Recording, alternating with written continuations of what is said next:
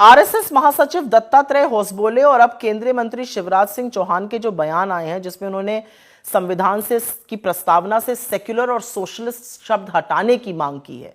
मतलब समाजवादी और धर्मनिरपेक्ष शब्दों से इनको बड़ी चिढ़ है। लेकिन इससे एक बात पूरी तरह से प्रमाणित है कि अगर बीजेपी को 2024 के चुनाव में ज्यादा सीटें मिल गई होती तो अभी तक हमारा संविधान शर्तिया बदल चुका होता।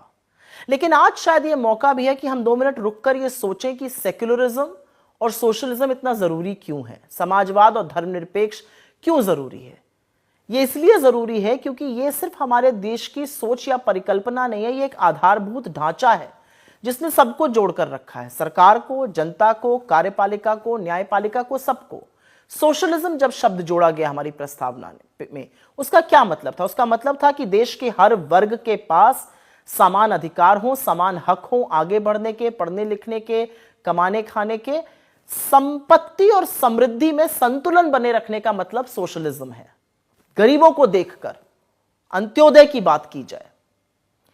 और सेक्युलरिज्म से ज्यादा खूबसूरत और क्या हो सकता है कि स्टेट की कोई रिलीजन नहीं होगी, मतलब सरल भाषा में कोई भी नीति धर्म पर आधारित नहीं होगी।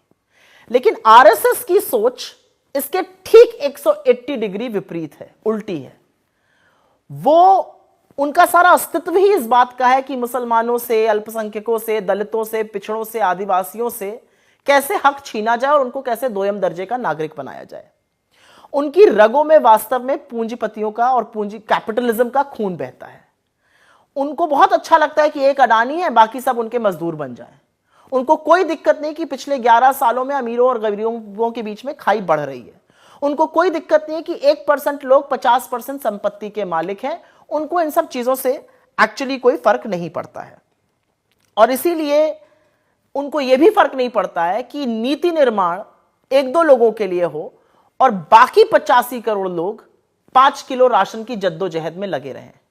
इनके लिए असल में सबसे बड़े खलनायक तो बाबा साहब अंबेडकर हैं, जिनके संविधान ने इस देश के दलितों को, पिछड़ों को, आदिवासियों को, महिलाओं को, अल्पसंख्यकों को यह हक दिया कि वो अपना हक बराबरी से मांग सकें, सम्मानपूर्वक जी सकें।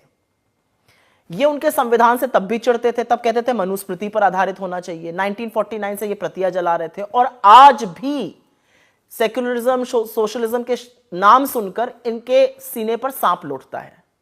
असल में नरेंद्र मोदी जी बात बात पर संविधान तो उनको माथे पे लगाना पड़ता है, लेकिन रह रहकर जो दिल की बात है वो भी जुबान पे आ जाती है, क्योंकि इनके दिल में दलित, पिछड़े, आदिवासी, अल्पसंख्यक, महिलाएं मजदूरों की तरह काम करें और ये राजा की तरह राज करें। यही आरएसएस और बीजेपी की असली सोच है। लेकिन एक बात याद रखिएगा, और मैं पुनः ये बात दोहराऊंगी कि अगर सीटें ज्यादा मिली होती तो संविधान अभी तक खत्म हो चुका होता, संविधान अभी तक बदल दिया गया होता। लेकिन एक सच और भी है कि जब तक राहुल गांधी कांग्रेस पार्टी है और जब तक ये सोच है इस देश में कि हम सब बराबर हैं, हम इस लड़ाई को लड़ते रहेंगे। सोशलिस्ट और सेक्युलर इस संविधान से अलग नहीं हो पाएगा। इसके लिए हमें कोई भी कीमत चुकानी पड़े।